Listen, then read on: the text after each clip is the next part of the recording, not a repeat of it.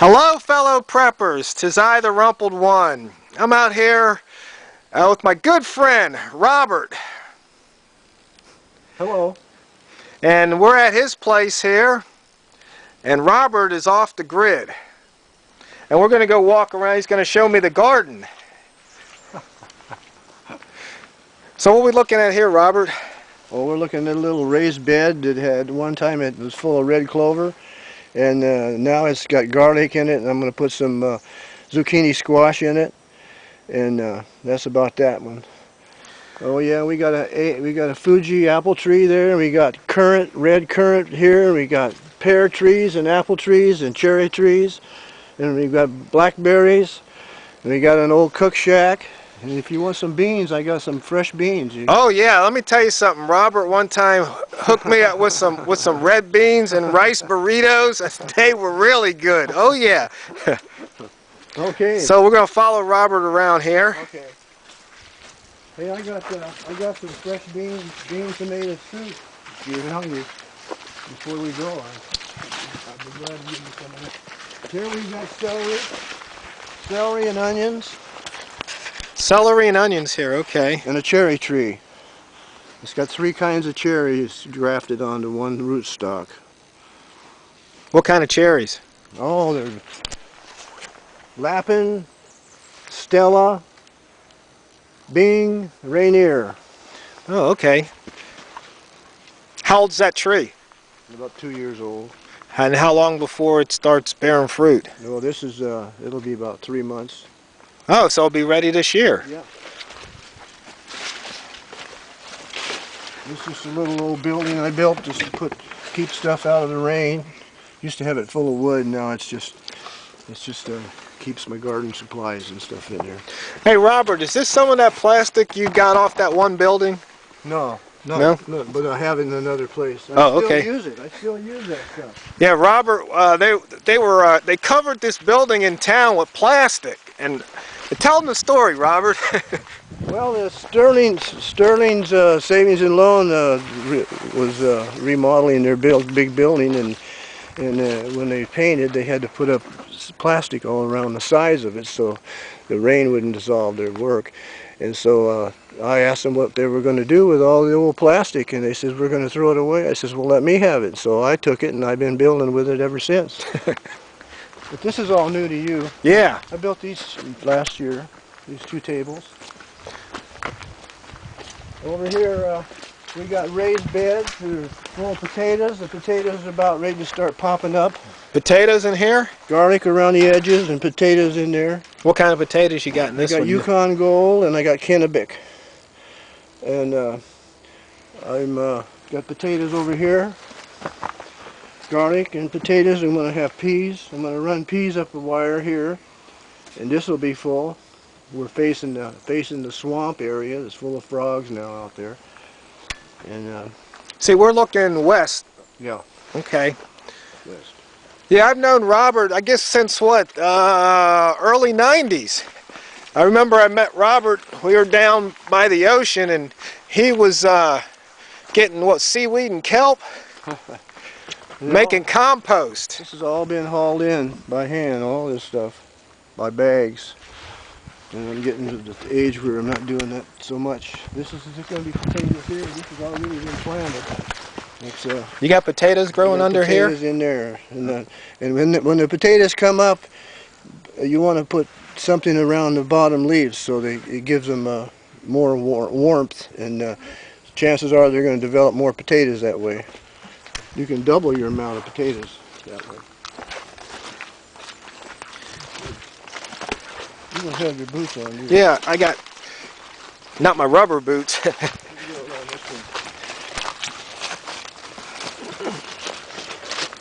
see, this tree,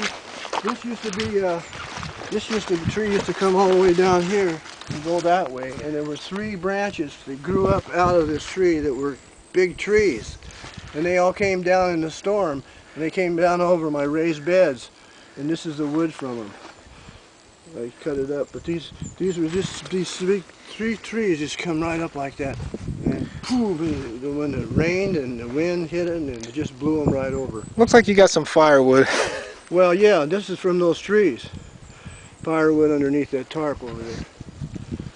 But this is hard work. That's a heavy, heavy mallet. Yeah, that's a 6-pounder, looks like. Yeah, about that. What else we got here? This is some more stuff. I got artichokes growing in here. I got potatoes and I got onions. I got lettuce and I've got kale. Over there underneath that is more potatoes. They'll be coming up. You notice Robert likes potatoes. In fact, I stopped by earlier. I brought him an article on potatoes from the Backwoods Home magazine. Robert loves his potatoes. we have red lettuce here, red leaf lettuce, and kale, curly kale, and then there's cabbage. We've got planted cabbage inside here with a row of turnips, a row of carrots, and there'll be scarlet runner beans will be all along the sides of this raised bed when the. So the fencing's for the beans, not to keep things out, or a little of both? What's the what? The fencing, is it for to keep things out, or is it for the growth for the beans, or a little bit both? Both. Mainly to keep the deer out. Keep the deer out. Okay. More red leaf lettuce here. That'll be that high. See, I go around. My goal is 100 pounds of potatoes for Crossroads. I want to donate them to the Crossroads up in North Bend. You heard of them? No. They charge $1.50 for a whole meal. They cater to people who don't have much money. Okay. It's a real community thing. So I donate greens and stuff. I'll take lettuce up there. So one of the birdhouses you built? Yeah. I got potatoes going to be growing in here. And this is my herb farm. This has got catnip and oregano and different kinds of oregano and thyme and sage, and this big old yellow plum tree. And it's going to be really nice this year. It's got a lot of plums on it. And that's a golden apple tree. This one right over here is going to have apples. And well, what do we got here? We got blackberries, wild blackberries. You making any blackberry jam, or no? Just eating the berries? These are onion. They're an Egyptian walking onion. This will fall over, and this will fall off, and it'll be a seed, and it will start another plant growing. And that's the way these Indians, they call them walking onions. And they're pretty good eating. And Are they sweet or sour? sweet onion. Sweet onion? I mainly use the tops. Mainly, just the top part. Cut them up, they make a real good salsa. And there's kale, full of kale. And here we have Swiss chard, one of my favorite greens. And they're coming up pretty good. Did something eat that one right there? Me. Oh, you ate it. Yeah. Let's see. Turnips just coming up in here. And then there's some radishes. I plant my radishes with carrots, so that way, because the radishes come up first, and that way you know something's going to come up. Robert, I see you've got this gutter system running through here. Yeah, the water rains off the roof into this gutter system, and then it runs down to the high end of my raised bed, and so when the water hits there, it'll slowly come all the way down and water the whole thing. So it's kind of cool. This is some soil I made up. This is just rotted horse manure and leaf mold out of the woods. But it's just like gold. It's Yeah, because you got your organic compost badge or certificate, right? Yeah, oh yeah. And here we gotta go in here, in this hothouse. It's just about to fall apart. And we got kale and that, another kind of kale, and what is it that people don't like? It's the green that a lot of people don't like, but it's supposed to be really good for you. I can't think of the name of the plant now. Well, you know what it is. Broccoli? That's it. That's it. That's it, broccoli? Broccoli. And you can see all his birdhouses here. These are new peas that are coming up. They'll be coming up pretty soon, and then I'll take and retransplant them outside and let them climb up a wire somewhere. And this is my little box I built to keep my tools in. My glue, carpenter glue, and my different things I use for growing, for building. Here's some more peas. See, these peas have made it up. See. And these are peas? These are edible peas. You can eat the pod and all. They're really delicious. Little aloe vera plant over in the corner. It's pretty cold for aloe vera. Tucson would be a better place for aloe vera plants. And it looks like you got some more compost down here that you bagged up. These are down here are avocado seeds from avocados. Oh, okay. And they're going to be coming up pretty soon. And I'll take them and maybe give them to somebody that lives in a warmer part of the country because they won't grow very well here. And this is where I keep my potatoes. My potato bin. And my seeds and some other things. And you have to be careful. Everything, there's animals that are going to want to eat you alive. Rats, cats, you name it. If you don't protect yourself, if you don't put all your food in either tin or glass jars, they'll get it. So you gotta, take care of yourself. This is a compost that I had just yesterday. I did this all yesterday. This was full. About 4 years worth of compost, and I just cleaned it all out and I piled it up. It needed to get air because it was starting to get sour, and so that's the compost. And yeah, I have bags of it I sell. I sell it. This is my screen. I use this screen to screen all the materials through so I can make a better texture. Was that before? That's after it's composted? Yeah, after it's composted I run it through a screen just so it gets the sticks and the rocks and things out if there's any in it. And what else we got? There's a cherry tree over there coming up. It's about 3 years old, but this is not a very good place for some fruit trees because it's just the marine air is damp and is a little too moist for some plants, some things. But then other things grow pretty well, like potatoes grow here. And I've got potatoes over here too. This should be coming up pretty soon. This is all full of potatoes. More potatoes. Yeah, this is a blue potato in here. Oh, the blue ones. Oh, let me tell you, people, that's some good eating. And this used to be I used to live in this, and now I use it to store my wood and things like that. And we got this shack, Floyd and Melvin and them guys. Yeah. We built this little shack. And that keeps my other tools and stuff like that. So this is your tool shed. Yeah. I just got a new chainsaw, Husqvarna. Oh, okay. Brand new one. The other one, my old Echo, just finally died on me. I got a new chainsaw.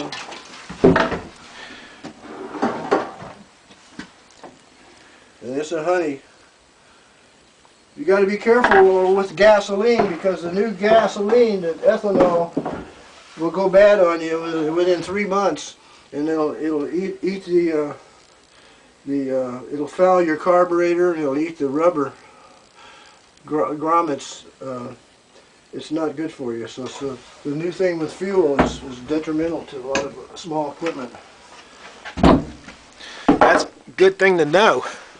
Yeah, your outboard motors, all that stuff, it will play havoc on them.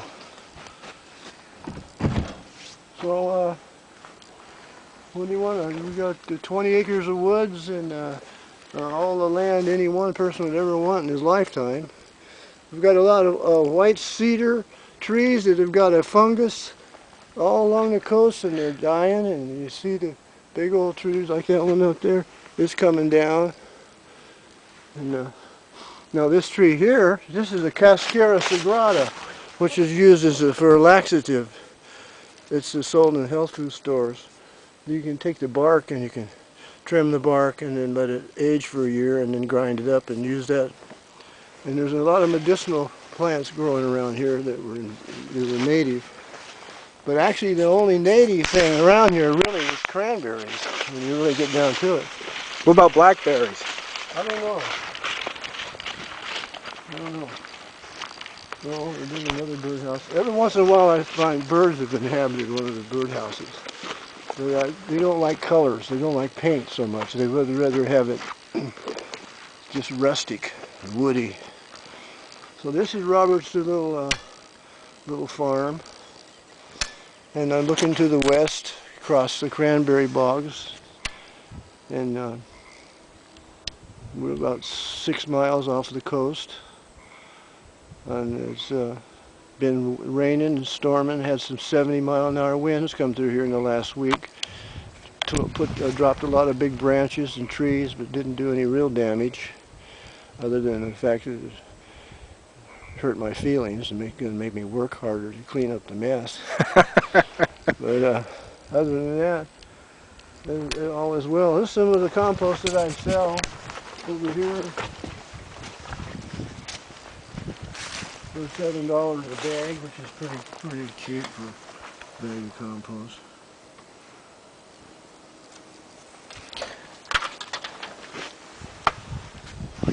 It's pretty good plant food. It's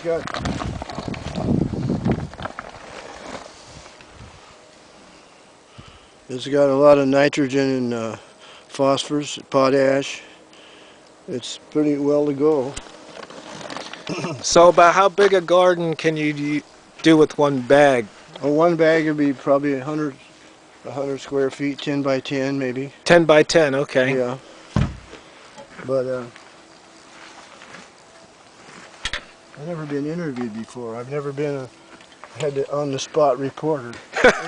Avery Horton at my door.